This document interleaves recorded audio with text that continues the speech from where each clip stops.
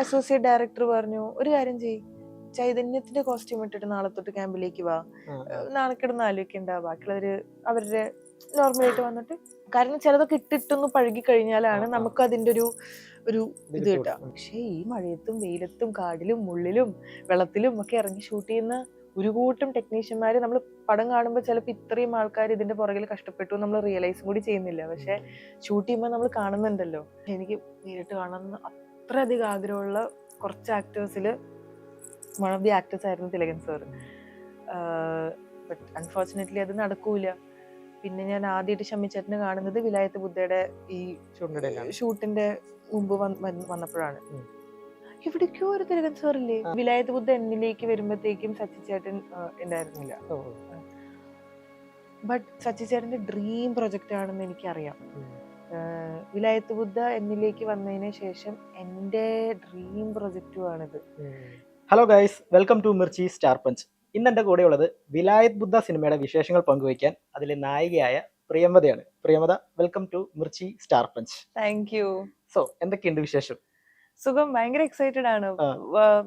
എന്താ പറയാ, ഭയങ്കര ഹാപ്പിയാണ് ദാറ്റ് വിലായത്ത് ബുദ്ധ എന്റെ more than a dream come true project ആണ്. അത് ഫൈനലി തിയേറ്റേഴ്സിലേക്ക് വരാണ് November 21st. സോ ഭയങ്കര എക്സൈറ്റഡ്. ഞാനിപ്പോ ഓർക്കണത് നമ്മളന്ന് മിർച്ചിയിലൊന്ന് വന്ന സമയത്ത് സംശയത്തിന്റെ അപ്പൊ ആ ടൈമിൽ പറഞ്ഞൊരു കാര്യമുണ്ട്, ഞാൻ കുറെ സിനിമകൾ അഭിനയിച്ചു പക്ഷെ ഒന്നും ഇറങ്ങിയിട്ടില്ല, ഞാനിങ്ങനെ എല്ലാം ഇറങ്ങാനായിട്ട് കാത്തിരിക്കുവാണെന്നുള്ളൊരു സാധനം. ഇപ്പൊ എന്തായാലും ഹാപ്പി അല്ലേ? വളരെയധികം ഹാപ്പി. എല്ലാം ഇറങ്ങി തുടങ്ങിയിരിക്കുന്നു. അപ്പോ എങ്ങനെയായിരുന്നു ഈ ക്യാരക്ടറിലോട്ട് കാസ്റ്റ് ചെയ്യപ്പെട്ടത്? സോ എന്നെ ആദ്യം ഇതിലേക്ക് വിളിച്ചത് ജയൻ ചേട്ടനാണ്, ജയൻ നമ്പ്യാർ, ഡയറക്ടർ.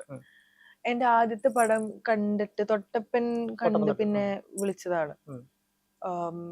ജയൻ ചേട്ടൻ വിളിച്ച് കഥ പറഞ്ഞു. ഞാൻ ആക്ച്വലി കഥ കേട്ടതിന് ശേഷമാണ് ഇതിന്റെ ചെറുകഥ വായിക്കുന്നത്. GR ഇന്ദുഗോപന്റെ വിലായത്ത് ബുദ്ധൻ എന്നുള്ളൊരു ഷോർട്ട് സ്റ്റോറി. കഥ കേട്ടു, ഷോർട്ട് സ്റ്റോറി വായിച്ചു, സ്ക്രിപ്റ്റ് വായിച്ചു. എന്റെ അമ്മോ, ഗംഭീര കഥ, ഗംഭീര കഥാപാത്രം. ഞാൻ ചെയ്യുന്ന കഥാപാത്രത്തിന്റെ പേര് ചൈതന്യം എന്നാണ്.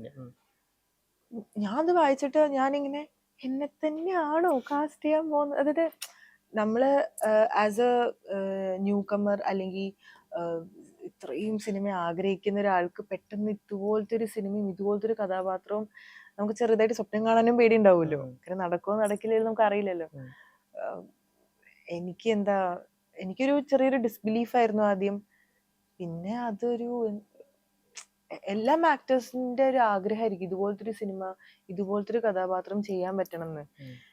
ആ ഭാഗ്യം എനിക്ക് ജയൻ ചേട്ടൻ തന്നു. വളരെയധികം സന്തോഷം. ഇപ്പൊ ഈ ചൈതന്യം എന്ന് പറഞ്ഞ ക്യാരക്ടർ ഇപ്പൊ ബാക്കിയുള്ള കുറച്ച് സിനിമകൾ നോക്കുവാണെങ്കിൽ നമ്മുടെ റോഷാക്കിലെ ക്യാരക്ടർ അല്ലെങ്കിൽ അവസാനം ഇറങ്ങിയ നരിവേട്ടിലെ ക്യാരക്ടർ ഇച്ചിരി ബോൾഡാണ്, ആള് ഇച്ചിരി സീരിയസ് ആണ്. ഇതിനകത്തോട്ട് വരുമ്പോഴും വേറൊരു ടൈപ്പ് മൂഡാണ് പിടിച്ചേക്കുന്നത്. അപ്പൊ അങ്ങനത്തെ ഒരു ആ ഒരു ക്യാരക്ടറിലോട്ട് മാറാനായിട്ട് ഇപ്പൊ ഫിസിക്കലി ആണെങ്കിലും മെന്റലി ആണെങ്കിലും എന്തൊക്കെ പ്രിപ്പറേഷൻസ് ആണ് വന്നത്? സോ ബേസിക്കലി ഒരു ബുക്ക് സിനിമയാവുമ്പോ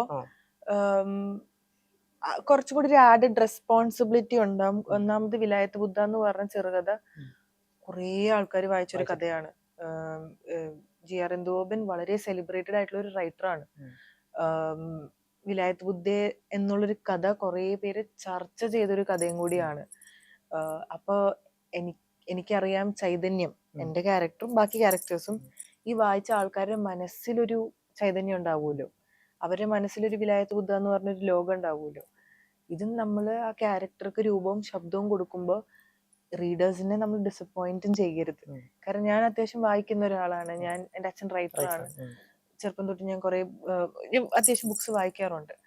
അപ്പൊ ചിലപ്പോൾ ഈ ബുക്സ് സിനിമയാവുമ്പോൾ ഞാനും ഇങ്ങനെ ഭയങ്കരമായിട്ട് ഇരുന്ന് നോക്കും. അതായത് ഈ കഥാപാത്രങ്ങൾ ചെയ്യുന്ന ആക്ടേഴ്സ് ഞാൻ മനസ്സിൽ വിചാരിച്ച കഥാപാത്രം തന്നെയാണോ അല്ലയോ എന്ന്.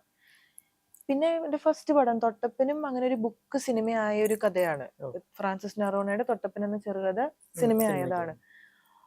അപ്പൊ എനിക്ക് ഒരു ചെറിയ പേടി ഉണ്ടായിരുന്നു. കാരണം ഇത്ര ആൾക്കാരുടെ മനസ്സിലൊരു സാറക്കൊച്ചുണ്ട്, ഞാൻ ഇനി ചെയ്തു വരുമ്പോഴത്തേക്കും എന്താവും, ആയില്ലെങ്കിലോ, ഡിസപ്പോയിന്റ് ചെയ്താലോ, ഓട്ടെ ഫ്രാൻസിസ് നറോണയാണ് ഞാൻ ഡിസപ്പോയിന്റ് ചെയ്താലോ. പക്ഷെ അത് എന്തോ ഭാഗ്യത്തിന് ഒക്കെ ആ രീതിക്ക് പോയി. അപ്പൊ എനിക്ക് അതിന്റെ ഒരു ഹരം കയറി. അതായത് ബുക്ക് സിനിമയാവുമ്പോഴുള്ള ഒരു ആഡഡ് ചാലഞ്ച്, ഒരു രസമുള്ള ഒരു ചാലഞ്ചാണ്. അപ്പൊ വിലായത്ത് ബുദ്ധ വന്നപ്പോ ഇന്ദുഗോപൻ ചേട്ടന്റെ മനസ്സിലുള്ള ഒരു ചൈതന്യത്തിന്റെ പകുതിയെങ്കിലും എനിക്ക് ആവാൻ പറ്റണം എന്നുള്ളൊരു ഒരു ആഗ്രഹം ഉണ്ടായിരുന്നു. ആഗ്രഹം ഉണ്ടായിരുന്നു. അപ്പൊ ഞാൻ എന്ത് ചെയ്താലും ഞാൻ ഇന്ദുഗോപൻ ചേട്ടനോട് ചോദിക്കാറുണ്ട്, ഉം. ഇതന്നെയല്ലേ നിങ്ങൾ മനസ്സിൽ കണ്ട ചൈതന്യം, ഇടയ്ക്കിടയ്ക്ക് ചോദിക്കാറുണ്ട്. ആൻഡ് അതുകൂടാതെയും ഇന്ദുഗോപൻ ചേട്ടന്റെ കൂടെ കുറേ ഇരുന്ന് സംസാരിക്കും. ഉം. കാരണം ആളാണ് ഈ കഥാപാത്രവും ഈ കഥയ്ക്ക് ജന്മം കൊടുത്തത് അല്ലേ. ഉം. ഈ കഥാപാത്രങ്ങൾ ആദ്യം മനസ്സിൽ കണ്ടത് ഇന്ദുഗോപൻ ചേട്ടനാണ്. ഉം. പിന്നെയാണ് നമ്മൾ ഈ വായിക്കുന്ന ആൾക്കാർ കാണുന്നത്. അപ്പോ ഇന്ദുഗോപൻ ചേട്ടന്റെ കൂടെ തന്നെ ഇരുന്ന് കുറെ നേരം സംസാരിച്ചു കഴിഞ്ഞാൽ നമുക്ക് കുറച്ചൊക്കെ ഉം. എന്താണ് ഇന്ദുഗോപൻ ചേട്ടന്റെ മനസ്സിലുള്ള ഒരു ആഗ്രഹം നമുക്ക് കുറച്ചെങ്കിലും മനസ്സിലാവും. ഉം. പിന്നെ അതിലേക്ക് വർക്ക് ചെയ്യുക എന്നതാണ്. പിന്നെ ചൈതന്യം എന്നുള്ള ഏത് സിനിമയ്ക്കും ഏത് കഥാപാത്രത്തിനും നമ്മൾ കുറച്ച് എന്തായാലും പ്രിപ്പയർ ചെയ്യണമല്ലോ. പിന്നെ എനിക്ക് പ്രിപ്പയർ ചെയ്യാൻ ഇഷ്ടമാണ്, കാരണം സിനിമ അത്ര ആഗ്രഹിച്ചു വന്ന ഒരാളാണ്. അപ്പൊ ഓരോ കഥാപാത്രം കിട്ടുമ്പോഴും ഇത് എന്താ പറയാ, ഇത്ര ആഗ്രഹിച്ച് കിട്ടിയതാണല്ലോ, എന്തെങ്കിലുമൊക്കെ എത്ര ചെറുതാണെങ്കിലും വലുതാണെങ്കിലും ചെറിയൊരു പ്രിപ്പറേഷൻ അത്യാവശ്യമാണ്. ചൈതന്യത്തിലേക്ക് വരുമ്പോ അത്യാവശ്യം നന്നായി പ്രിപ്പയർ ചെയ്തിട്ടുണ്ട്. ഒരു ക്യാമ്പ് ഉണ്ടായിരുന്നു, കൊച്ചിയിലൊരു ക്യാമ്പ് ഉണ്ടായിരുന്നു. അപ്പൊ നമ്മുടെ ഈ പടത്തിലുള്ള കുറച്ച് ക്യാരക്ടേഴ്സ് ഒക്കെ ക്യാമ്പിലുണ്ടായിരുന്നു. ഇപ്പൊ എന്റെ അമ്മയായിട്ട് അഭിനയിച്ച രാജശ്രീ മാം ഉണ്ട്, ചെമ്പകം ക്യാരക്ടർ. പിന്നെ അനിയുടെ ക്യാരക്ടർ അനുമോഹൻ ചെയ്ത് അവനുണ്ടായിരുന്നു. പിന്നെ വേറെ കുറെ ബ്രൈറ്റ് എന്ന് പറഞ്ഞ ക്യാരക്ടർ, പിന്നെ കുറെ ക്യാരക്ടേഴ്സ് ആക്ച്വലി ഈ ക്യാമ്പിനുണ്ടായിരുന്നു. അപ്പൊ ഫസ്റ്റ് ഡേ ഞാൻ ഈ ക്യാമ്പിന് പോയപ്പോ ഞാൻ പ്രിയംവദയുടെ കോസ്റ്റ്യൂം ഇട്ടിട്ടാണ് പോണത്. ഞാനായിട്ടാണല്ലോ പോയത്. പിന്നെ അപ്പൊ അസോസിയേറ്റ് ഡയറക്ടർ പറഞ്ഞു, ഒരു കാര്യം ചെയ്യ്, ചൈതന്യത്തിന്റെ കോസ്റ്റ്യൂം ഇട്ടിട്ട് നാളെ തൊട്ട് ക്യാമ്പിലേക്ക് വാ, നാണക്കിടന്ന് ആലോചിക്കണ്ട, ബാക്കിയുള്ളവര് അവരുടെ നോർമലായിട്ട് വന്നിട്ട് യു കം ആസ് ചൈതന്യം. ചൈതന്യത്തിന്റെ കോസ്റ്റ്യൂമും ചെരുപ്പും. കാരണം ചിലതൊക്കെ ഇട്ടിട്ടൊന്ന് പഴകി കഴിഞ്ഞാലാണ് നമുക്ക് അതിന്റെ ഒരു ഇത് കിട്ടുക. പുതിയ ചെരുപ്പൊക്കെ ഇട്ട് കഴിഞ്ഞാൽ നമുക്കൊരു പുതുമ തോന്നൂല. അത് ഇട്ടിട്ടൊന്ന് മുഷിഞ്ഞു കഴിഞ്ഞാൽ ഷൂട്ട് ആകുമ്പോഴത്തേക്ക് നമുക്കതൊരു പഴയ ഒരു ചെരുപ്പ് പോലത്തെ ഒരു ഫീലും വരും. നമ്മൾ ഇടുന്ന ചെരുപ്പാണല്ലോ, അങ്ങനത്തെ എവിടെയോ ഒരു സൈക്കോളജി വർക്ക് ചെയ്യാനായിരിക്കും.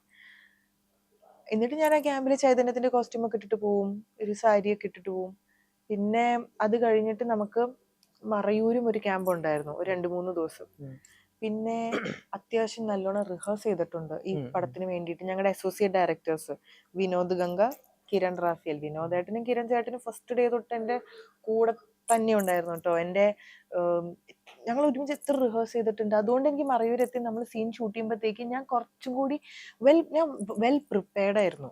എനിക്ക് ഡയലോഗ്സോ അതിനെ കുറിച്ചൊന്നും അധികം ആലോചിക്കേണ്ടി വന്നില്ല. ബാക്കി കാര്യങ്ങളെ കുറിച്ച് കുറച്ചും കൂടി എനിക്ക് കോൺസെൻട്രേറ്റ് ചെയ്യാൻ പറ്റി.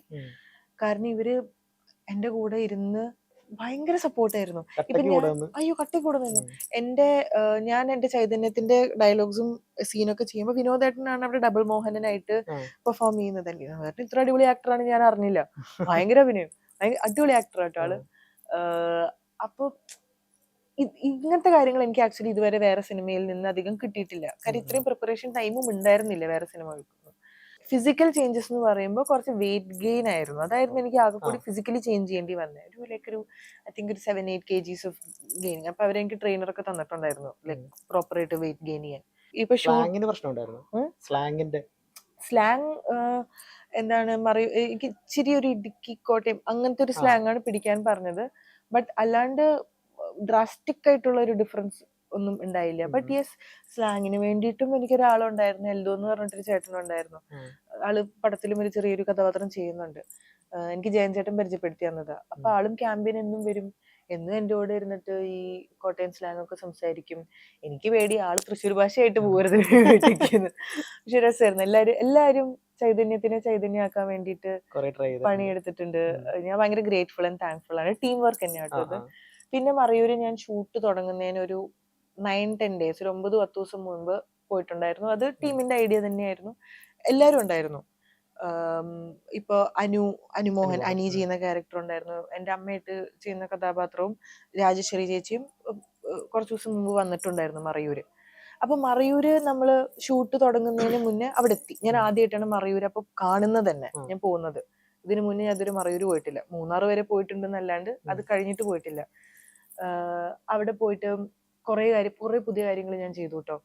ഇപ്പോ പടത്തില് ബുക്ക് വായിച്ച ആൾക്കാർക്ക് അറിയാം, ഇപ്പൊ ചൈതന്യം ശർക്കര, മറയൊരു ശർക്കരയാണല്ലോ. അപ്പൊ ശർക്കര ഉരുട്ടുന്നൊക്കെ ഒരു സീനുണ്ട്. ഒരു സീൻ തന്നെ ഉണ്ടാവുള്ളൂ. പക്ഷെ എന്നാലും നമ്മൾ അത് ചെയ്യുമ്പോൾ ആദ്യമായിട്ട് ശർക്കര ഉരുട്ടുന്ന ഒരാളെ പോലെ ആവരുത്. അതൊരു നിർബന്ധം ഉണ്ടായിരുന്നു. അപ്പോ അവിടെ ശരിക്കും ഒരു ഫാക്ടറിയിലും പിന്നെ ശർക്കര ഉരുട്ടുന്ന ഒരു സ്ഥലത്തൊക്കെ പോയി കുറച്ചു ദിവസം ശർക്കര ഉരുട്ടാൻ പോയിണ്ടായിരുന്നു. എനിക്ക് അറിയണ്ടായിരുന്നില്ല ഇത്ര ചൂടുള്ള ഒരു സാധനമാണെന്ന്. ആദ്യത്തെ ദിവസം ഞാനിങ്ങനെ ദൈവമേ ഇത് ഉരുട്ടാൻ പറ്റുന്നില്ല. പിന്നെ ഒരു വാശിയായി അത് ചെയ്യണം, ഇത് ചെയ്തേ പറ്റൂ. അടിപൊളി എക്സ്പീരിയൻസ് ആയിരുന്നു അത്. അത് ഇങ്ങനത്തെ കഥാപാത്രം ഇങ്ങനത്തെ സിനിമയുടെ ഭാഗമായ മാത്രം കിട്ടുന്ന തരം എക്സ്പീരിയൻസസ് ആണ് ഇതൊക്കെ. പിന്നെ ഞങ്ങൾ താമസിക്കുന്ന സ്ഥലത്തിന്റെ അടുത്തൊരു തുന്നൽക്കടയുണ്ട്, ബീസ് എന്ന് പറഞ്ഞിട്ടൊരു തുന്നൽക്കട. അപ്പൊ ടീമിന്റെ ഐഡിയ ആയിരുന്നു, പറഞ്ഞു ചൈതന്യ എന്നും അവിടെ ഒന്ന് പോയി അവിടെ ഇരിക്കുക, തുന്നൊന്നും വേണ്ട ബട്ട് അവിടെ പോയി ഇരിക്കുക. കാരണം ഒരു ലേഡീസ് ടൈലറിംഗ് ഷോപ്പ് എന്ന് പറയുമ്പോൾ ഏറ്റവും കൂടുതൽ ലേഡീസ് അവിടുത്തെ വന്നു പോകുന്ന സ്ഥലമാണ്. അപ്പൊ കൂടുതൽ ഇന്ററാക്ഷൻ, പിന്നെ ഒരു രസമുള്ള ഒരു എക്സ്പീരിയൻസും കൂടിയാണല്ലോ. അപ്പൊ ഞാൻ ഇന്ന് രാവിലെ കുളിച്ച് റെഡിയായി ഓഫീസൊക്കെ പോണ പോലെ പറയൂര് മറ്റേ എന്റെ ബാഗൊക്കെ എടുത്ത് അങ്ങോട്ട് പോകും, അവിടെ ഇരിക്കും. പിന്നെ അവിടെയുള്ള എല്ലാവരുമായിട്ട് ഭയങ്കര കമ്പനിയായി. കാരണം മറയൂർ ഒരു ചെറിയ സ്ഥലമാണ്, എല്ലാവർക്കും അങ്ങോട്ടും ഇങ്ങോട്ടും അറിയാം. പ്ലസ് അവരവിടെ ഒരു സിനിമ ഷൂട്ട് ചെയ്യാൻ പോകുന്ന അവർക്കൊരു എക്സൈറ്റ്മെന്റും ഉണ്ടായിരുന്നു. അവരുടെ നാട്ടിലൊരു സിനിമ നമ്മൾ ഷൂട്ട് ചെയ്യുന്നു, അവരുടെ നാട്ടിലത്തെ ഒരു കഥ. പിന്നെ എനിക്ക് കുറെ അൺഫർഗറ്റബിൾ ആയിട്ടുള്ള എക്സ്പീരിയൻസസും മെമ്മറീസും as a person and also as an actor എനിക്ക് ശരിക്കും കിട്ടിയിട്ടുണ്ട് കേട്ടോ. ഇപ്പൊ നമ്മൾ നോർമലി ഒരു ബുക്ക് സിനിമയാക്കുമ്പോഴത്തേക്ക് ഏറ്റവും കൂടുതൽ കേൾക്കുന്ന ക്രിറ്റിസിസം ആണ് ബുക്ക് വായിച്ച ഫീല് കിട്ടിയില്ല. പക്ഷെ ഒരിക്കലും നമുക്ക് ബുക്ക് വായിച്ചതിന്റെ നമുക്കത് വെല്ലുവിളിക്കാൻ പറ്റില്ല. കാരണം എഴുത്തില് എന്തും എഴുതാം, അത് വായിക്കുമ്പോൾ നമുക്ക് എങ്ങനെ ഇമാജിൻ ചെയ്യാം. നമ്മൾക്ക് ഇമാജിൻ ചെയ്യാൻ വേണ്ടി ഒരു ബഡ്ജറ്റ് ഒന്നും ഇല്ലല്ലോ. പക്ഷെ പടം എടുക്കുമ്പോ ഒരു ബഡ്ജറ്റ് ഉണ്ടല്ലോ, ഒരു ലിമിറ്റേഷൻസ് ഉണ്ടാവും. അത് എന്താ പറയാ, ബുക്ക് വായിച്ച ആൾക്കാരോടും എനിക്ക് പറയാനുള്ളത് നമ്മൾ മാക്സിമം ശ്രമിച്ചിട്ടുണ്ട് ആസ് ക്യാരക്ടേഴ്സും ആസ് എ സിനിമ. പക്ഷെ എഴുത്താണ്. കംപ്ലീറ്റ് മറയൂർ തന്നെയായിരുന്നു ഷൂട്ട് ഫുള്ള്? മിക്ക ഷൂട്ടും മറയൂരായിരുന്നു. പിന്നെ കുറച്ച് നെല്ലിയാമ്പതിയിലുണ്ടായിരുന്നു, കുറച്ച് മൂന്നാർ, കുറച്ച് ഇടുക്കി, അങ്ങനെ. പക്ഷെ കൂടുതൽ മറയൂരായിരുന്നു. ഫുൾ കാട് അങ്ങനത്തെ ഒരു സെറ്റപ്പ് ആണല്ലോ പടം മൊത്തം. കാണുന്ന സമയത്ത് അപ്പൊ ഏറ്റവും കൂടുതൽ നമ്മൾ അനുഭവിക്കുന്ന ഒരു ബുദ്ധിമുട്ട് എന്താ ഇങ്ങനത്തെ സ്ഥലത്തൊക്കെ പോയി ഷൂട്ട് ചെയ്യുന്ന സമയത്ത്? ശരിക്കും പറഞ്ഞാൽ എനിക്ക് തോന്നുന്നു ഇങ്ങനത്തെ സ്ഥലത്ത് ഷൂട്ട് ചെയ്യുമ്പോൾ ഏറ്റവും കൂടുതൽ ബുദ്ധിമുട്ട് അനുഭവിക്കുന്നത് ടെക്നീഷ്യന്മാരായിരിക്കും. ആസ് ആക്ടേഴ്സ് നമ്മൾ കുറച്ചും കൂടി കംഫർട്ട് സ്പേസിലാണ്. കാരണം നമുക്കൊന്നും സംഭവിക്കരുത്, നമുക്ക് മുറിവ് പറ്റരുത്, നമ്മൾ മഴയത്ത് നനയരുത്, നമ്മൾ വീഴരുത്, പനി പിടിക്കരുത് എന്നൊക്കെ നോക്കാൻ ആൾക്കാരുണ്ടല്ലോ. കാരണം ഷൂട്ട് നടക്കില്ല. പക്ഷെ ഈ മഴയത്തും വെയിലത്തും കാടിലും മുള്ളിലും വെള്ളത്തിലും ഒക്കെ ഇറങ്ങി ഷൂട്ട് ചെയ്യുന്ന ഒരു കൂട്ടം ടെക്നീഷ്യന്മാര് നമ്മൾ പടം കാണുമ്പോൾ ചിലപ്പോൾ ഇത്രയും ആൾക്കാർ ഇതിന്റെ പുറകിൽ കഷ്ടപ്പെട്ടു നമ്മൾ റിയലൈസും കൂടി ചെയ്യുന്നില്ല. പക്ഷെ ഷൂട്ട് ചെയ്യുമ്പോൾ നമ്മൾ കാണുന്നുണ്ടല്ലോ. എനിക്ക് തോന്നുന്നു ഈ ചോദ്യം ശരിക്കും അവരായിരിക്കും ആൻസർ ചെയ്യേണ്ടത്. അവരായിരിക്കും ഇതിലൊക്കെ കാടിലും മുള്ളിലൊക്കെ പോയി ഷൂട്ട് ചെയ്തിട്ടുണ്ടാവുക. ബട്ട് ഞാൻ ഫുള്ളി എൻജോയ് ചെയ്തൊരു ഷൂട്ടാണ്. എവറി ഡേ എനിക്ക് ഭയങ്കര എൻജോയബിൾ ആണ്. എന്ത് ഭംഗിയുള്ളൊരു സ്ഥലം പറയൂ. എന്ത് ഞാൻ വിചാരിക്കും എന്തുകൊണ്ട് ഞാൻ ഇതുവരെ പോയിട്ടില്ല. ഞാൻ കാരണം അത്യാവശ്യം യാത്ര ചെയ്യാറുണ്ട്, എന്നിട്ടും ഇത്രയും അടുത്ത് ഇത്രയും ഭംഗിയുള്ള ഒരു സ്ഥലം ഉണ്ടായിട്ട് ഇതുവരെ പോയിട്ടില്ല എന്ന് പറയുമ്പോൾ ഒരു നാണക്കേടാണല്ലോ. ഇനി എനിക്ക് എന്തായാലും മറയൂരൊക്കെ പോണം. ഈ ഷൂട്ടൊക്കെ ഈ റിലീസൊക്കെ കഴിഞ്ഞിട്ട് ഇനി മറയൂർ പോകുമ്പോൾ വേറൊരു ഫീൽ ആയിരിക്കും. ഈ ടെക്നീഷ്യന്മാരുടെ കാര്യം പറഞ്ഞ സ്ഥിതിക്ക് നമുക്ക് ആർട്ട് ഡിപ്പാർട്ട്മെന്റ് എന്തായാലും ഈ ഒരു അത്രയും വലുതാണ്, വിട്ടുകളയാനേ പറ്റില്ല. ഒരിക്കലും ഇല്ല. ഈ കാണുന്ന ഒരു പ്രേക്ഷകന് വാവ് നൽകുന്ന എന്ത് ആർട്ടാണ് ചെയ്തു വെച്ചിരിക്കുന്നത്? ഈ പടത്തിലുള്ള എവിടൊക്കെയോ ആർട്ട് ഡയറക്ടറിന്റെ കൈയുണ്ടോ അതൊക്കെ വാവ് തോന്നും. കാരണം ഞാൻ അവിടെ പോയി ചില ബംഗ്ലാൻ ടീം ഉണ്ടാക്കി വെച്ച കുറച്ച് സാധനങ്ങൾ കണ്ടപ്പോൾ എനിക്കിത് ആർട്ടാന്ന് മനസ്സിലായില്ല. ഫോർ എക്സാമ്പിൾ ചൈതന്യത്തിന്റെ വീടൊക്കെ കാണിക്കുന്നുണ്ട്, അത് കംപ്ലീറ്റ്ലി ആർട്ട് വർക്ക് ആണ്. അവർ ഉണ്ടാക്കിയെടുത്ത വീടാണ്. അവര് അതിന്റെ ചുറ്റുമുള്ള കരിമ്പന്തോട്ടൻ അവര് നട്ട് വളർത്തിയ കരിമ്പും കാര്യങ്ങളൊക്കെ തന്നെയാണ്. ഞാൻ നോക്കുമ്പോ ഇലക്ട്രിസിറ്റി ഒക്കെ ഉള്ള ഒരു വീട്, ഞാൻ അവിടെ ഒരാൾക്ക് കയറി താമസിക്കാൻ വേണമെങ്കിൽ ആ കരിമ്പൊക്കെ അവര് പടത്തിനായി നട്ട് വളർത്തി. ആ ഒരു നമ്മളെ ബുക്ക് വായിക്കുമ്പോൾ നമ്മുടെ മനസ്സിലുണ്ടാവുന്ന ഒരു ജോഗ്രഫിയും ആ ഒരു കാര്യം ഉണ്ടാവില്ല, അത് അവര് ആർട്ടിലൂടെ ഉണ്ടാക്കി എടുത്തു. എന്ത് രസമാണെന്നറിയോ. അത് മാത്രല്ല ആ മരം ആവട്ടെ, പിന്നെ കുറെ സാധനങ്ങളുണ്ട്. അതെനിക്കിപ്പോ പടം ഇറങ്ങാത്തത് കൊണ്ട് എനിക്ക് പറയാനും പറ്റുന്നില്ല. ബുക്ക് വായിച്ചിട്ടുണ്ടോ? അതില് ഭാസ്കരൻ മാഷിന്റെ ഒക്കെ കുറച്ച് പരിപാടീസ് ഉണ്ട്, വേറെ കഥ ശരിക്കും തുടങ്ങുന്ന ഒരു ഘട്ടം. അതൊക്കെ മൊത്തം ആർട്ടാണ്. ഇപ്പൊ ബുക്ക് വായിച്ച ആൾക്കാർക്ക് മനസ്സിലായി ഞാൻ എന്തിനാ സംസാരിക്കണേന്ന്. അയ്യോ എന്ത് സൂപ്പർ.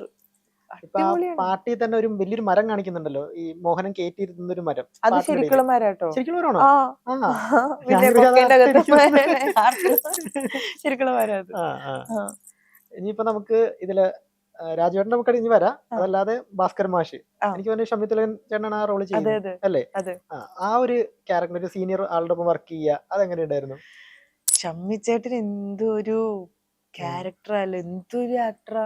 ഒന്നാമത് ഇത്രയും വർഷത്തെ എക്സ്പീരിയൻസ്.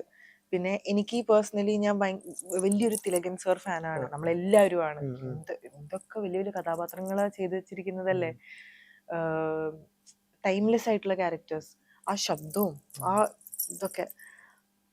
എനിക്ക് ഇതുവരെ തിലകൻ സാറ് നേരിട്ട് പോലും കാണാനുള്ള ഭാഗ്യം ഇല്ല. ഉണ്ടായിട്ടില്ല. ഉം, പക്ഷെ എനിക്ക് നേരിട്ട് കാണണമെന്ന് അത്രയധികം ആഗ്രഹമുള്ള കുറച്ച് ആക്ടേഴ്സിൽ വൺ ഓഫ് ദി ആക്ടേഴ്സ് ആയിരുന്നു തിലകൻ സാർ. ഉം, ബട്ട് അൺഫോർച്ചുനേറ്റ്ലി അത് നടക്കൂല.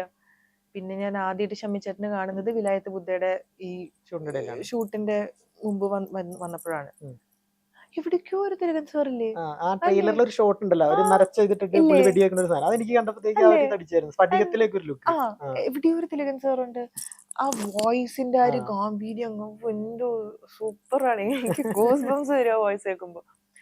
എവിടെയൊക്കെ എനിക്ക് തിലകൻ സാറ് കാണാൻ പറ്റാത്തൊരു ആഗ്രഹം ഷമ്മിച്ചേട്ടനിലൂടെ നടന്നോ ഇല്ലയോ എന്ന് എനിക്ക് ഇങ്ങനെ ഇടയ്ക്ക് തോന്നാറുണ്ട്. ഉം, പിന്നെ ഷമ്മിച്ചേട്ടൻ പെർഫോം ചെയ്യണത് കാണാൻ തന്നെ ഒരു ഭംഗിയാട്ടോ. ഉം, അയ്യോ, ഞാൻ മാത്രല്ല, ഞങ്ങള് ചിലവരൊക്കെ അവിടെ ഷൂട്ടില്ലെങ്കിൽ പോയി ഇരുന്ന് കാണാറുണ്ട്. ഉം, എൻ്റെ അമ്മേ, ആളൊരു സ്കൂളാണ്. ആ, പിന്നെ ഷമ്മിച്ചേട്ടൻ ഇങ്ങനെ ഇരുന്ന് നമുക്ക് എന്തെങ്കിലുമൊക്കെ പറഞ്ഞു തരാനോ കഥ പറയാനോ ഒക്കെ ഭയങ്കര ഇഷ്ടമുള്ള ഒരാളാണ്. ഉം, ഉം, ഉം, അപ്പൊ ഷോർട്ടിന്റെ ഒക്കെ ഇടയ്ക്ക് നമ്മൾ വെറുതെ ഇരിക്കുക വെച്ച് കഴിഞ്ഞാല് കുറേ ഇങ്ങനെ കഥകളൊക്കെ പറയാം. അപ്പൊ ഇത്രയൊക്കെ എക്സ്പീരിയൻസിൽ കൂടെ കടന്നുപോയ ഒരാള് ഇങ്ങനെ കഥകൾ പറയുമ്പോൾ സിനിമേന്റെ കഥകളും അത് ഉം, ഇതും, പിന്നെ ഡബിങ്, നമുക്ക് ആ, വോയിസ് ആ, മോഡുലേഷൻ ഒക്കെ എങ്ങനെ ഇമ്പ്രൂവ് ചെയ്യാൻ പറ്റും, ഇതൊക്കെ ഇത്ര എക്സ്പീരിയൻസ് ഉള്ള ഇത്ര ലെജൻഡറി ആയിട്ടുള്ള ഒരു ആക്ടർ പറയുമ്പോൾ എന്നെ പോലത്തെ ഒരു ആക്ടർക്ക് അതൊരു വലിയൊരു ബ്ലെസ്സിങ് ആണ്. ഉം, ആൻഡ് ഈ സിനിമയില് എന്റെയും എന്റെ ക്യാരക്ടറും ഷമ്മി ചേട്ടന്റെ ക്യാരക്ടറും തമ്മിലുള്ള ഒരു ഇക്വേഷൻ ഉണ്ട്. ആ, അതൊരു പ്രത്യേക തരം ഉള്ളൊരു ഇക്വേഷനിൽ നിൽക്കുന്ന രണ്ട് ഉം, ക്യാരക്ടേഴ്സ്. ഇതിന്റെ ബ്രേക്ക്, ഈ ഷെഡ്യൂൾ ബ്രേക്ക് സമയത്ത് ഞാൻ ഒരു പടം ചെയ്തിട്ടുണ്ടായിരുന്നു, ഒരു കട്ടിലൊരു മുറി ആ, എന്ന് ആ, പറഞ്ഞൊരു ആ, പടം.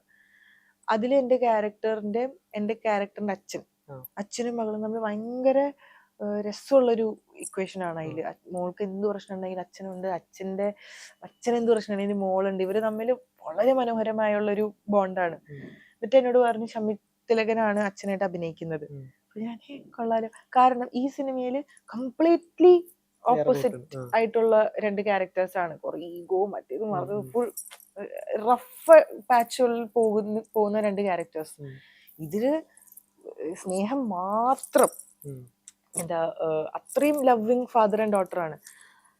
അത് ഭയങ്കര രസമുള്ള ഒരു എക്സ്പീരിയൻസ് ആയിരുന്നു. കാരണം ഉം, ഒരേ ആക്ടറിന്റെ കൂടെ ഒരേ സമയം ഒരു ബന്ധമില്ലാത്ത രണ്ട് ഇക്വേഷൻസ് വർക്ക്ഔട്ട് ചെയ്യാൻ പറ്റുന്നു. ഉം. അതും ഷമ്മിച്ചേട്ടനെ പോലത്തുള്ള ഇത്രയും എക്സ്പീരിയൻസ്ഡ് ആയിട്ടുള്ള ഒരു ആക്ടറിന്റെ കൂടെ നമുക്കത് എക്സ്പീരിയൻസ് ചെയ്യാൻ പറ്റുമ്പോൾ ഭയങ്കര രസമായിരുന്നു ഉം. അത്. ഇനി നമുക്ക് നമ്മുടെ നായകൻ രാജുവേട്ടൻ, ആ എങ്ങനെയുണ്ടായിരുന്നു എക്സ്പീരിയൻസ്? അടിപൊളി, ഉം. സൂപ്പർ.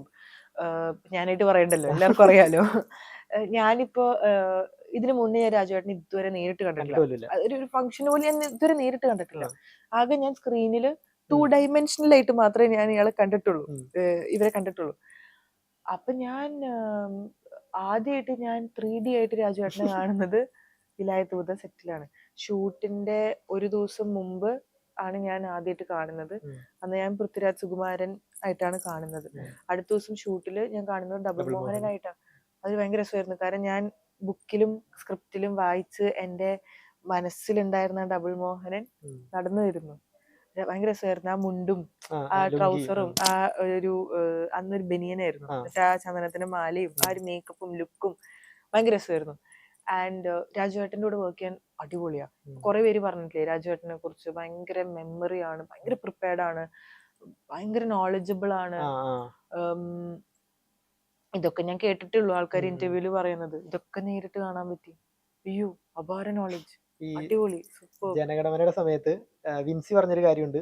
നമ്മളിങ്ങനെ സ്ക്രിപ്റ്റ് വരുമ്പോഴത്തേക്കും കുറേ നേരം ഇങ്ങനെ വായിച്ചുകൊണ്ടിരിക്കും. പുള്ളി അങ്ങനെയല്ല, 4-5 പേജ് പുള്ളി ഇങ്ങനെ വന്നിട്ട് ഒന്ന് നോക്കിയിട്ട് നേരെ വന്ന് സാധനം പറയുന്നു. കറക്റ്റ്. അത് രാജുവേട്ടന്റെ ഡയലോഗ് മാത്രല്ല, കൂടെ നിൽക്കണ നമ്മുടെ ഡയലോഗും അറിയുമായിരിക്കും. ഉം. അപ്പൊ നമ്മളും തെറ്റിച്ചു കഴിഞ്ഞാൽ അയാൾക്ക് മനസ്സിലാവും. ഇത്രയും തിരക്കുള്ള ഒരു മനുഷ്യന് ഇത്രയും പ്രിപ്പയർ ചെയ്യാനുള്ള ഒരു സമയം കണ്ടെത്താൻ പറ്റുമെങ്കിൽ നമ്മൾ ഒരിക്കലും നമുക്കൊരു എക്സ്ക്യൂസ് പറയാൻ പറ്റില്ല, തോന്നൂല്ല. അതായത് നമ്മൾ അന്ന് അത്രയും തന്നെ പ്രിപ്പയർ ചെയ്ത് പോണം. അല്ലെങ്കിൽ അത് ഡിസ്റെസ്പെക്ട്ഫുൾ ആവും, അല്ലെങ്കിൽ അത് ശരിയല്ല. എന്താണ്, രാജുവേട്ടനോട് വർക്ക് ചെയ്യുന്നത് അടിപൊളി എക്സ്പീരിയൻസ് ആട്ടോ. ഒരു ഒരു എന്തൊരു നോളജ് ഉള്ള ഒരു ആക്ടറാണ്. ആക്ടിങ്ങിനെ കുറിച്ച് മാത്രമല്ല, ലെൻസോ ലൈറ്റോ ടെക്നിക്കലായിട്ടോ. കാരണം ആള് സ്വന്തം ഒരു ബ്രില്യൻ്റ് ആയിട്ടുള്ള ഒരു ഫിലിം മേക്കറും കൂടിയാണ്. അപ്പോൾ ആൻഡ് എനിക്ക് ഭയങ്കര കംഫർട്ടബിൾ ആയിരുന്നു. ഇപ്പോൾ ആ ഒരു കംഫർട്ട് സ്പേസ് തന്നില്ലായിരുന്നെങ്കിൽ ചിലപ്പോൾ ഈ ഒരു ചൈതന്യം എന്നുള്ളൊരു ക്യാരക്ടർ വർക്ക്ഔട്ട് ചെയ്യാൻ കുറച്ച് ബുദ്ധിമുട്ടായേനെ. പക്ഷെ രാജുവേട്ടൻ അടിപൊളിയായിരുന്നു, അടിപൊളിയായിരുന്നു. എനിക്ക് ഇനിയും വർക്ക് ചെയ്യണം എന്ന് ആഗ്രഹമുണ്ട് രാജുവേട്ടൻ്റെ കൂടെ. ഇത് ബാക്കിയുള്ള കോ സ്റ്റാർസ് ഒക്കെ ഉണ്ടാവുമല്ലോ, ധ്രുവ്, അനുമോഹൻ, അവരുടെ ഒക്കെ ഒപ്പം എങ്ങനെ ഉണ്ടായിരുന്നു? അടിപൊളി. ഇപ്പോ TJ ആയിട്ടൊക്കെ എനിക്ക് കുറച്ച് കോമ്പിനേഷൻസേ ഉള്ളൂ. പക്ഷെ ഈ പടം കഴിഞ്ഞിട്ട് എനിക്ക് എന്റെ വളരെ അടുത്തൊരു സുഹൃത്തായി മാറി TJ. അപ്പൊ അതെനിക്ക് എന്താണ്, അനു ഒക്കെ ഞാൻ ആദ്യം റിഹേഴ്സൽ ചെയ്യാൻ പോയ ദിവസം തൊട്ട് അവിടെ ഉണ്ടായിരുന്നു. കാരണം ഞാൻ ആദ്യമായിട്ട് വിലായത്ത് ബുദ്ധയുടെ ഒരു സീൻ ചെയ്ത് നോക്കുന്നത് അനുയുടെ കൂടെയുള്ളൊരു സീനാണ്. അപ്പോ അവിടം തൊട്ട് നമ്മുടെ ജേർണി തുടങ്ങി അല്ലെ. പിന്നെ മറയൂര് പോകുന്നു. ഇപ്പൊ ഞാൻ 9-10 ദിവസം മുമ്പ് മറയൂര് പോയി എന്ന് പറഞ്ഞില്ലേ, അപ്പൊ അനുവും ഉണ്ടായിരുന്നു, രാജശ്രീ മാമും അനു എല്ലാവരും ഉണ്ടായിരുന്നു. അപ്പൊ ഞാൻ ഈ ടൈലറിംഗ് ഷോപ്പിൽ പോയിരിക്കുമ്പോ അനു അവന്റെ അടുത്തൊരു പലചരക്ക് കടയുണ്ട്, അവൻ അവിടെ പോകും. എന്ന് രാവിലെ അയാൾ കുളിച്ചൊരുങ്ങി അവൻ അവന്റെ ജോലിക്ക് പോകുന്നു, ഞാൻ എന്റെ ജോലിക്ക് പോകുന്നു. ഈവനിങ് ആകുമ്പോൾ തിരിച്ചു വരുന്നു, ജോലി വിശേഷങ്ങൾ പറയുന്നു, കാര്യങ്ങൾ പറയുന്നു. ഒരു എക്സ്പീരിയൻസ് ആണ് കേട്ടോ, ഭയങ്കര എക്സ്പീരിയൻസ്. കാരണം ഷൂട്ട് തുടങ്ങുന്നത് അന്ന് ആക്ഷൻ കട്ടോ അല്ലെങ്കിൽ ഷൂട്ട് ഡേയ്സ് അല്ലാണ്ട് അതിന് മുമ്പും കിട്ടിയ കുറെ എക്സ്പീരിയൻസസ് നമുക്ക് എല്ലാവർക്കും ഷെയർ ചെയ്യാൻ പറ്റി. അത് ഭയങ്കര രസമായിരുന്നു, നല്ല അടിപൊളിയായിരുന്നു. ഇപ്പൊ എന്റെ അമ്മയായിട്ട് അഭിനയിച്ച രാജശ്രീ മാം കുറെ കാലത്തിന് ശേഷമാണ് അവരൊരു മലയാളം സിനിമ ചെയ്യുന്നത്. പണ്ട് മേഘ സന്ദേശ് ഒക്കെ ചെയ്തിട്ടുണ്ടായിരുന്നു, ഐ തിങ്ക് രാവണ പ്രഭു ഒക്കെ ചെയ്തിട്ടുണ്ടായിരുന്നു. അപ്പൊ അവര് കുറെ കാലത്തിന് ശേഷമാണ് മലയാളത്തിലേക്ക് വരുന്നത്. അതിന്റെ ഒരു എക്സൈറ്റ്മെന്റ് അവർക്കുണ്ട്, ഞങ്ങൾക്കും ഉണ്ട്. ആൻഡ് അടിപൊളിയായിട്ടാണ് അവർ ചെയ്ത് വെച്ചിരിക്കുന്നത്. ചെമ്പകം എന്നുള്ള ഒരു ക്യാരക്ടർ സൂപ്പർ ആയിട്ട് ചെയ്തിട്ടുണ്ട്. ഞാൻ വായിച്ച ചെമ്പകം തന്നെയാണ് ഞാൻ കണ്ടത്. പിന്നെ TJ അരവിന്ദ് എന്ന് പറഞ്ഞിട്ട് TJന്റെ കൂടെ ഒരു ക്യാരക്ടറും കൂടി ഉണ്ട്, അരവിന്ദ്. അടിപൊളിയായിട്ട് ചെയ്തിട്ടുണ്ട്. എനിക്ക് തോന്നുന്നു ഇത് അവന്റെ ഫസ്റ്റ് പടമാണെന്നാണ് എനിക്ക്, if I am not wrong, എനിക്ക് തോന്നുന്നുണ്ട്. നന്നായി ചെയ്തിട്ടുണ്ട്, അടിപൊളിയാ. പിന്നെ പ്രമോദേട്ടനുണ്ട്, പുള്ളിക്ക് നാടകത്തിലൊക്കെ സ്റ്റേറ്റ് അവാർഡൊക്കെ കിട്ടി, അടിപൊളി ഒരു ആക്ടറാണ്. കുറേ ആക്ടേഴ്സ് ഉണ്ട് ആക്ച്വലി, ഇഷ്ടം പോലെ. ഇപ്പൊ എല്ലാവരും പേരെടുത്ത് പറഞ്ഞിട്ട് എനിക്ക് ആരെങ്കിലും പേര് വിട്ടുപോകുന്നൊരു ചെറിയ പേടിയുണ്ട്. ഒരു കൂട്ടം വളരെ പാഷനേറ്റ് ആയിട്ട് ഒരുമിച്ച് സ്വപ്നം കാണാൻ വേണ്ടി ഒരു കൂട്ടം ആൾക്കാർ വന്ന് കുറെ ദിവസം ചെലവഴിച്ചുണ്ടാക്കിയൊരു സിനിമയാണ് വിലായത്ത് ബുദ്ധ. ഇപ്പൊ അതിൽ നമ്മൾ ആ ബുക്ക് എടുക്കുമ്പോൾ അതിൽ ഫ്രണ്ടിൽ തന്നെ ഒരു ഡയലോഗ് എഴുതിയിട്ടുണ്ട്. ഇത് ഞാൻ വായിച്ചപ്പോൾ തന്നെ സിനിമ ആക്കണമെന്ന് ആഗ്രഹിച്ചൊരു ഇതാന്ന് പറഞ്ഞ സച്ചി സാറിന്റെ ഒരു വാക്കുണ്ട്. അപ്പൊ സച്ചി സാറിന്റെ ഒരു ഡ്രീം പ്രൊജക്റ്റ് ആയിരുന്നു, പക്ഷെ അത് പുള്ളിക്ക് സാധിച്ചില്ല. പകരം ജയനമ്പ്യാറിലോട്ട് വന്നു. മൊത്തത്തിലൊരു ഔട്ട് കാണുമ്പോഴത്തേക്കും എങ്ങനെ സച്ചി സാർ ഇപ്പൊ അവിടെ നിന്ന് പുള്ളി കാണുവാണെങ്കിൽ ഇതൊരു ഹാപ്പി ആയിരിക്കോ, ഇത്രയും സാറ്റിസ്ഫൈഡ് ആയിരിക്കോ സാറ്? എന്തായാലും ആയിരിക്കും. ഒന്നാമത് ജയൻ ചേട്ടനും സച്ചി ചേട്ടന്റെ ഒരു ബോണ്ട് എന്ന് പറഞ്ഞു കഴിഞ്ഞാൽ എനിക്കൊന്നും പറഞ്ഞറിയിക്കാൻ കൂടി പറ്റാത്തരം, ഞാൻ ചിലപ്പോൾ പോലും മനസ്സിലാക്കാത്ത ബോണ്ട് തന്നെയാണ്. അവര് എത്ര കാലം ഒരുമിച്ച് വർക്ക് ചെയ്യുന്നു, അല്ല ഒരു ബ്രദേഴ്സ് പോലെ ആയിരുന്നില്ല അവര്. ആൻഡ് ഇപ്പൊ ചില ഡയറക്ടേഴ്സിന്റെ വർക്ക് കാണുമ്പോൾ നമുക്ക് ആസ് എൻ ആക്ടർ തോന്നില്ല എപ്പോഴെങ്കിലും ഇവരുടെ ഒരു പടത്തിൽ ഒരു കഥാപാത്രം ചെയ്യാൻ പറ്റിയിരുന്നെങ്കിൽ, ഒന്ന് വർക്ക് ചെയ്യാൻ പറ്റിയിരുന്നെങ്കിൽ. ഇപ്പൊ ലാസ്റ്റ് അയ്യപ്പനും കോശി ആണെങ്കിലോ, ഡ്രൈവിംഗ് ലൈസൻസോ, സച്ചി ചേട്ടന്റെ വേറെ ഏത് പടം കണ്ടാലും, ഞാൻ ലാസ്റ്റ് അയ്യപ്പനും കോശി കണ്ടപ്പോ ഞാൻ പടം ഇരുന്ന് കാണുമ്പോൾ എനിക്കൊരു ആഗ്രഹം ഉണ്ടായിരുന്നു, എപ്പോഴെങ്കിലും സച്ചി ചേട്ടന്റെ പടത്തിലൊന്ന് അഭിനയിക്കാൻ പറ്റിയിരുന്നെങ്കിൽ എന്ന് ഞാൻ ജെന്യുവിൻലി ആഗ്രഹിച്ചിട്ടുണ്ട്. ബട്ട് പിന്നെ വിലായത്ത് ബുദ്ധ എന്നിലേക്ക് വരുമ്പോഴത്തേക്കും സച്ചി ചേട്ടൻ ഉണ്ടായിരുന്നില്ല. ബട്ട് സച്ചി ചേട്ടന്റെ ഡ്രീം പ്രൊജക്റ്റ് ആണെന്ന് എനിക്കറിയാം. വിലായത്ത് ബുദ്ധ എന്നിലേക്ക് വന്നതിന് ശേഷം എൻ്റെ ഡ്രീം പ്രൊജക്റ്റുമാണിത്. എവിടേക്കോ നമ്മുടെ ഡ്രീംസ് തമ്മിൽ മീറ്റ് ചെയ്തിട്ടുണ്ടാവൂല്ലോ ഒരു പ്രൊജക്റ്റില്. സച്ചി ചേട്ടനെ ഞാൻ നേരിട്ട് കണ്ടിട്ടില്ലെങ്കിലും, നേരിട്ട് പരിചയപ്പെടാനുള്ള ഭാഗ്യം ഉണ്ടായിട്ടില്ലെങ്കിലും, എവിടെയോ സ്വപ്നങ്ങൾ തമ്മിൽ മീറ്റ് ചെയ്തിട്ടുണ്ടാവും. ആൻഡ് ഡെഫിനറ്റ്ലി ഈ പടം കാണുമ്പോൾ സച്ചി ചേട്ടൻ ഭയങ്കര ഹാപ്പി ആയിരിക്കും. ഇപ്പൊ പാട്ടിന്റെ ഇതിനകത്തോട്ട് വരുവാണെങ്കിൽ മിന്നൽ വളയാണെങ്കിൽ 100 മില്യൺ കടന്നിരിക്കുന്നു, അതെ. ഇതിപ്പോ 1 മില്യൺ കടന്നിരിക്കുന്നു. ഈ പാട്ടുകളിൽ എന്ത് മാജിക്കാണ് ഉണ്ടാക്കുന്നത്? എന്താ, മിന്നൽ ഒരു മാജിക് തന്നെയായിരുന്നു ട്ടോ. എന്റെ ലൈഫിൽ കുറെ മാറ്റങ്ങൾ ഉണ്ടായിട്ടുണ്ട്. കാരണം പാൻ ഇന്ത്യൻ റീച്ച് ആയിരുന്നല്ലേ? ഇന്റർനാഷണൽ റീച്ച് ആയിരുന്നു. കുറെ എന്താ പറയാ, ഫോറിനർ ഇൻഫ്ലുവൻസേഴ്സ് ഒക്കെ ഇത് വെച്ചിട്ട് കുറെ അറിയാൻ. ഞാനിങ്ങനെ അയ്യോ, ഇവര് ആ ലിറിക്സ് പഠിച്ചിട്ട് ലിപ്സിങ്ക് ഒക്കെ ചെയ്തിട്ടുണ്ട്. ഞാനിങ്ങനെ ഒരു പാട്ട് എവിടേക്കൊക്കെ പോവില്ലേ. ആൻഡ് ഒന്നാമത് കൈതപ്പുറം സാറിന്റെ വരികൾ, ജേക്സ് ബിജോയ് സാറിന്റെ മ്യൂസിക്, സിദ് ശ്രീരാമിന്റെ വോയിസും സിത്താര ചേച്ചിയുടെ വോയിസും കിഡിലൻ ടീമാണ്. നമ്മളൊരു പാട്ടൊക്കെ ഇറങ്ങാൻ നിൽക്കുമ്പോൾ നമുക്കൊരു ആഗ്രഹം ഉണ്ടാവില്ല, ആൾക്കാർക്ക് ഇഷ്ടാവണം, ആൾക്കാർ കൂടെ പാടണം, ഇത് ഹിറ്റ് ആവണം, നല്ല രീതിക്ക് പോകണം. നമ്മൾ ഒരിക്കലും ഇതുപോലെ ഹിറ്റ് ആവണം എന്ന് പ്രാർത്ഥിക്കുന്നില്ലല്ലോ. ഇത് സംഭവിച്ചു പോകുന്നൊരു കാര്യമാണല്ലോ ഇടയ്ക്ക്. അപ്പോ എന്റെ പ്രീവിയസ് ആയിട്ടുള്ള കുറച്ച് വർക്ക്സ് പോലും ആൾക്കാർ അറിഞ്ഞതും കണ്ടതും മിന്നൽ വിളയ്ക്ക് ശേഷമാണ്. മിന്നൽ വിള കണ്ടിട്ടാണ് എനിക്ക് കുറച്ചും കൂടി ആസ് എൻ ആക്ടർ റെക്കഗ്നിഷൻ കിട്ടിയത്. റെക്കഗ്നിഷൻ എന്ന് പറയുമ്പോൾ ഞാൻ ഈ ഫെയിം എന്നല്ല ഉദ്ദേശിക്കുന്നത്. അതായത് ഇങ്ങനത്തെ ഒരു ആക്ടർ ഇവിടെ ഉണ്ട് എന്ന് കുറച്ച് പേരും കൂടി അറിഞ്ഞത് മിന്നൽ വളയിലൂടെയാണ്. കാരണം അത്രയധികം ആൾക്കാരിലേക്ക് ഇത് റീച്ച് ആയി. അപ്പൊ ആൾക്കാർ സെർച്ച് ചെയ്തു, ഇത് ഈ ആക്ടർ മുമ്പ് എന്തെങ്കിലും ചെയ്തിട്ടുണ്ടോ വർക്ക്. അപ്പൊ അവര് തൊട്ടപ്പിനും കാര്യങ്ങളൊക്കെ ഡിസ്കവർ ചെയ്യുന്നു, പിന്നെ അവരിത് കാണുന്നു, പിന്നെ അവരെനിക്ക് മെസ്സേജ് അയക്കുന്നുണ്ട്. അപ്പൊ ഒരു പാട്ട് കാരണം ഞാൻ മുമ്പ് ചെയ്ത കുറെ കഥാപാത്രങ്ങൾ വീണ്ടും ആൾക്കാരിലേക്ക് എത്തി. ഞാൻ ആസ് എൻ ആക്ടർ കുറച്ചും കൂടി ആൾക്കാർ ഇപ്പൊ ഞാൻ എക്സിസ്റ്റ് ചെയ്യുന്നുണ്ടെന്ന് അറിഞ്ഞു. പിന്നെ എന്താണ്, ഒരു സിനിമ നമുക്ക് ഇഷ്ടമാകുമ്പോൾ നമ്മൾ കുറച്ച് ഫ്യൂ ടൈംസ് നമ്മൾ ആ സിനിമകൾ കാണുമല്ലോ. പക്ഷെ ഒരു പാട്ട് ഇഷ്ടപ്പെട്ട് കഴിഞ്ഞാൽ നമ്മളത് ഒരു കണക്കില്ലാണ്ട് കേൾക്കൂല്ലോ. എത്ര പ്രാവശ്യം നമ്മളൊരു പാട്ട് റിപ്പീറ്റഡ് തന്നെ കേൾക്കില്ലേ. അത് പാട്ടിന്റെ ഒരു പവർ ആണല്ലോ. Music is timeless. ഒരു ഭാഗ്യല്ലേ നമ്മൾ ഭാഗമായിട്ടുള്ള ഒരു പാട്ട് ഇങ്ങനെ ഹിറ്റ് ആവാന്ന് പറയുമ്പോ. ഒരിടയ്ക്ക് എന്റെ പേര് തന്നെ മിന്നൽ വളായിരുന്നു. മിർച്ചി ടോപ്പ് 10 എന്ന് പറഞ്ഞ ഒരു പ്രോഗ്രാം ഉണ്ട്, ബെസ്റ്റ് 10 സോങ്സ്. അതിൽ ഇപ്പോഴും കിടന്നു ഓടുന്നുണ്ട് മിന്നൽ വള. അല്ലേ, ഞാൻ എവിടെ പോയാലും ഇപ്പോഴും കേൾക്കാറുണ്ട് കേട്ടോ മിന്നൽ വള. എവിടെ പോയാലും കേൾക്കും. ഇപ്പോഴും എനിക്ക് കുറെ വീഡിയോസ് ഇങ്ങനെ ആൾക്കാർ അയച്ചു തരാറുണ്ട്. അവര് പോയ കല്യാണത്തിനും എവിടെ പോയാലും, അല്ലെങ്കിൽ അവരെ കുട്ടികൾ മിന്നൽ വള പാടുന്നതും. പിന്നെ എത്ര ആൾക്കാർ ഈ പാട്ട് റീക്രിയേറ്റ് ചെയ്തിരിക്കുന്നത്, ആക്ച്വൽ എക്സാക്ട് ലൊക്കേഷൻസിലൊക്കെ പോയി ഏകദേശം അതുപോലത്തെ കോസ്റ്റ്യൂംസ് ഒക്കെ ഇട്ട്.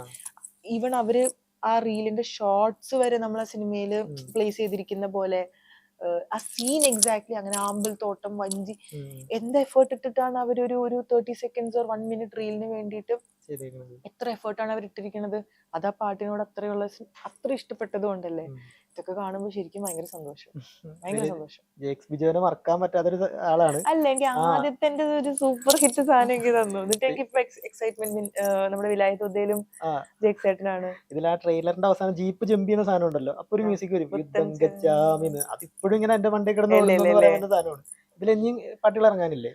ഉണ്ട്, ബട്ട് അത് പടം കഴിഞ്ഞിട്ടായിരിക്കാം ഇറങ്ങുന്നത്. കാരണം അതൊരു വളരെ ഇമ്പോർട്ടന്റ് ആയിട്ടുള്ള കുറച്ച് സീക്വൻസസ് ഉള്ള ഒരു പാട്ടാണ്.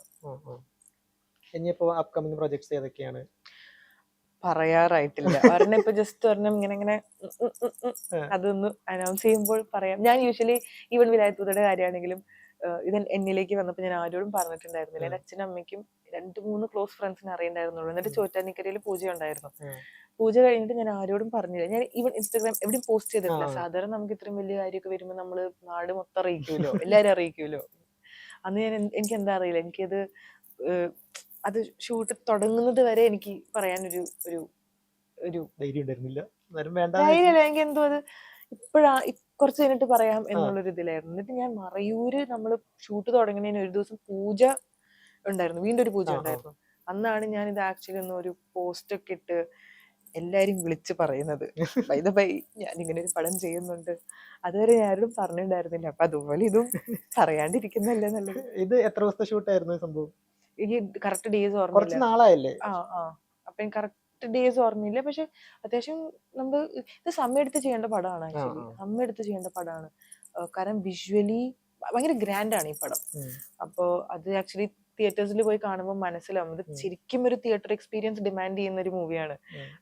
നമ്മുടെ സിനിമാറ്റോഗ്രാഫർ അരവിന്ദ് കശ്യപ് പറയണ്ടല്ലോ, കാന്താര ഇതൊക്കെ. പിന്നെ രണദീപ് എന്ന് പറഞ്ഞിട്ടൊരു സിനിമാറ്റോഗ്രാഫറും ഉണ്ട്. പിന്നെ നേരത്തെ പറഞ്ഞ പോലെ ബംഗ്ലാന്റെ ആർട്ട്, ജേക്സ് വിജയ് ചേട്ടന്റെ മ്യൂസിക്കൽ മാജിക്, പിന്നെ രാജുവേട്ടൻ, ഷമ്മി ചേട്ടൻ, എല്ലാവരും ബാക്കി എല്ലാം കാസ്റ്റും ഫുൾ ക്രൂ. ജയൻ ചേട്ടന്റെ ഒരു ആസ് എ ഡയറക്ടർ ബ്രില്യൻ്റ് ആണ്. ഇത് എല്ലാം കൂടിയിട്ട് ഒരു theatre watch like theatre watch ആണ് ഈ പടം. ഇത് OTT-ലൊക്കെ ഇരുന്ന് കാണുമ്പോൾ ചിലപ്പോൾ നിങ്ങൾക്ക് ആ ഫുൾ ഒരു എക്സ്പീരിയൻസ് നിങ്ങൾക്ക് തന്നെ തോന്നും, പക്ഷെ അത് തിയേറ്ററിൽ പോയി കണ്ടാൽ മതിയായിരുന്നു എന്ന്. അപ്പോൾ 21st നവംബർ എല്ലാവരും തിയേറ്ററിൽ പോയി കാണണം. പ്രേക്ഷകരോട് എന്താണ് പറയാനുള്ളത്? നവംബർ 21 വിലായത്ത് ബുദ്ധ തിയേറ്റേഴ്സിലേക്ക് വരുവാണ്. ഇത് തിയേറ്ററിൽ തന്നെ പോയി കാണണം. അത് വെറുതെ പറയല്ല, ശരിക്കും ഇത് തിയേറ്ററിൽ പോയി കാണണം. ഇത് വിഷ്വലി ഭയങ്കര ബ്യൂട്ടിഫുൾ ആയിട്ടുള്ളൊരു മൂവിയാണ് ആൻഡ് ഭയങ്കര ഗ്രാൻഡ് ആയിട്ടുള്ളൊരു മൂവിയാണ്.